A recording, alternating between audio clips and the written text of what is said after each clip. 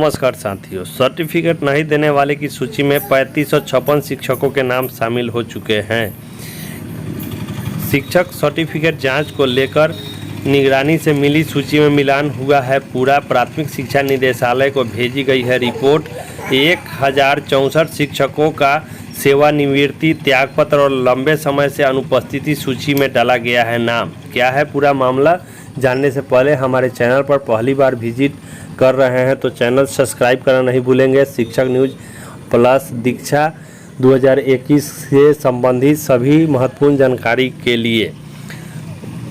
लंबे समय से शिक्षकों के सर्टिफिकेट को लेकर निगरानी की टीम और शिक्षा विभाग के बीच फोल्डर की संख्या को लेकर आ रहे अंतर मामले में आखिरकार मंगलवार को आंकड़ा स्पष्ट हो गया। निगरानी से मिली सूची में शिक्षा विभाग के अधिकारी और कर्मियों ने विभिन्न प्रखंडों से मिली सूची का मिलान किया और अंतिम दौर पर कर लिया है। अंतिम रूप से निगरानी को उपलब्ध कराए गए 9139 शिक्षकों को संख्या दी गई। जिले में इस निगरानी को उपलब्ध नहीं कराया गया फोल्डरों की संख्या 4620 करीब अंकित की गई है, जिसमें देखा जाए तो 1064 ऐसे शिक्षक हैं जो मृत हैं या नौकरी छोड़ चुके हैं या सेवानिवृत्त हो चुके हैं। इसके साथ ही इनके त्यागपत्र और लंबे समय से अनुपस्थित रहने वाले शिक्षकों की संख्या की आंकड़े भी शामिल है। जिले में कुल शिक्षकों की संख्या 13,000 की संख्या दी गई है। मंगलवार को डीपीओ स्थापना जमालुद्दीन ने प्राथमिक शिक्षा निदेशक को यह रिपोर्ट भेज दी है। डीपीओ स्थापना ने बताया कि पंचायती राज संस्था और नगर निकाय संस्था अंतर्गत वर्ष 2006 से 2015 की अवधि में नियुक्त शिक्षक जिनका प्रमाण पत्र जांच के लिए निगरानी विभाग को सुपुर्द नहीं किया गया है, उनसे संबंधित रिपोर्ट को लेकर निगरानी से मिली सूची और विभिन्न प्रखंडों से मिली सूची का पिछले एक सप्ताह से मिलान युद्ध स्तर पर किया जा रहा था। निगरानी ने जो सूची दी उसमें अंतिम तौर पर फोल्डरों की संख्या 9139 आई। जिले से सर्टिफिकेट नहीं देने वाले शिक्षकों की सूची और संख्या विभाग के वेबसाइट पर अपलोड कर दी गई है।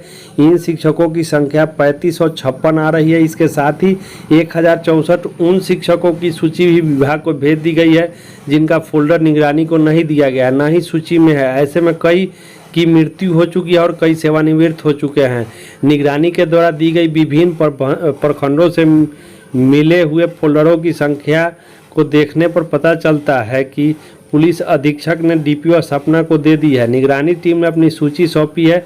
विभिन्न प्रखंडों से शिक्षकों की फोल्डरों की संख्या उपलब्ध करा दी गई है। इसके साथ ही कितने शिक्षकों के फोल्डर नहीं मिले हैं इनकी संख्या भी उपलब्ध करा दी गई है। निगरानी अन्वेषक ब्यूरो के पुलिस उपाधीक्षक मनोज कुमार श्रीवास्तव ने मंगलवार को यह सूची डीपीओ को दी। इसके बाद मरवन प्रखंड में कुल फोल्डर 488 है, जिसमें 378 फोल्डर मिले हैं, वही 110 अब तक नहीं मिले हैं। गायघाट में 737 फोल्डर हैं, जिसमें 647 फोल्डर नहीं मिले हैं, 90 फोल्डर मिले हैं। और आई में 602 फोल्डर हैं, जिसमें 582 मिले हैं, वही 20 फोल्डर नहीं मिले हैं। बंदरा प्रखंड में 427 फोल्डर हैं, जिसमें 333 मिले हैं, वहीं 90 फोल्डर नहीं मिले हैं। मीनापुर में 1074 में 281 मिले हैं, 793 फोल्डर अभी तक नहीं मिले हैं। साहेबगंज में 625 में 458 फोल्डर मिले हैं और 167 नहीं मिले हैं। सकरा में 869 में से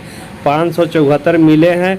कटरा प्रखंड में 619 मिले हैं और वहाँ पर 165 नहीं मिले हैं। सरैया में 1002 में 906 मिले हैं, 96 नहीं मिले हैं। बोचहा में 891 में 484 मिले हैं, जबकि 407 नहीं मिले हैं। काटी में 849 में से 849 फोल्डर मिल चुके हैं। कुढ़नी में 1127 में से कुल फोल्डर मिल गए हैं। पारू में 1026 से 317 फोल्डर ही मिले हैं, जबकि 709 नहीं मिले हैं। मुसहरी में 708 में से 671 फोल्डर मिले हैं। मुरौल में 343 में से 309 मिले हैं, 34 नहीं मिले हैं। मोतीपुर में 1028 में 610 मिले हैं, 418 फोल्डर नहीं मिले हैं। इसी कारणवश नियोजित शिक्षकों का फोल्डर विभाग के पास जमा नहीं हुआ है। इसके लिए डीपीओ स्थापना मुजफ्फरपुर का कहना था कि वर्तमान में निगरानी के वेब पोर्टल को लेकर अनेक तरह की भ्रांतियां हैं।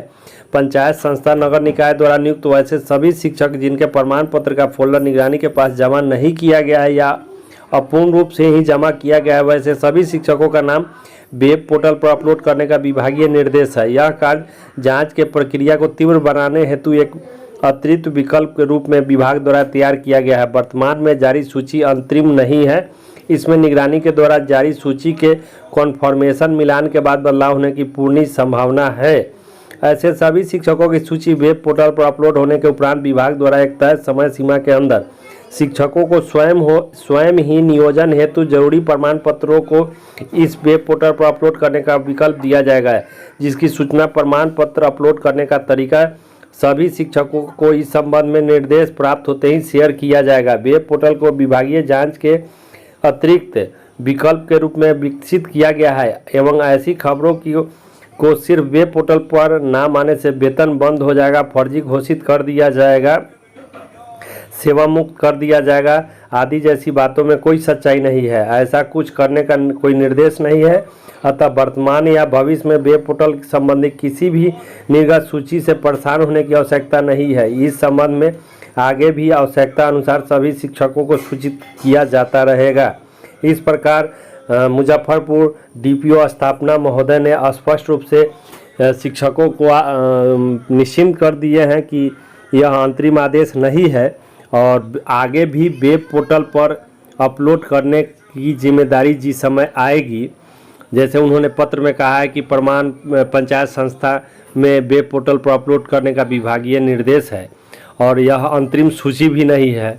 उनके इस आदेश के बाद शिक्षकों में जो हताशा का माहौल था वह थोड़ा संतोषजनक बात दिख रही है, क्योंकि कई ऐसे शिक्षक हैं जिन्होंने कई बार वेब पोर्टल के लिए अपने आवेदन कार्यालय को समर्पित किए हैं, लेकिन उनका नाम नहीं है और उनके अंदर यह हताशा का माहौल बन गया था कि क्या हम फर्जी साबित हो जाएंगे, जबकि हमारा डॉक्यूमेंट्स वगैरह सब सही है।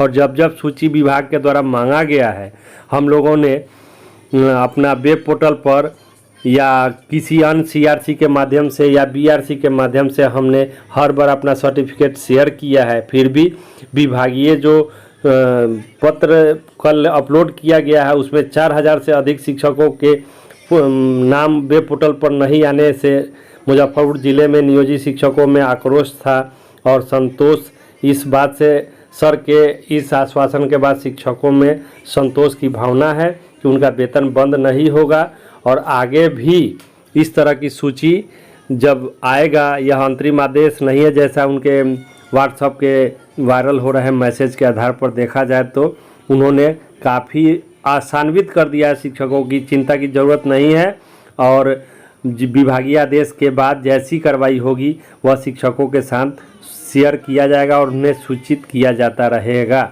इस प्रकार घबराने की आवश्यकता नहीं है। आज की खबरों के लिए बस इतना ही। आप हमारे चैनल पर पहली बार विजिट कर रहे हैं तो चैनल सब्सक्राइब करना नहीं भूलेंगे। धन्यवाद।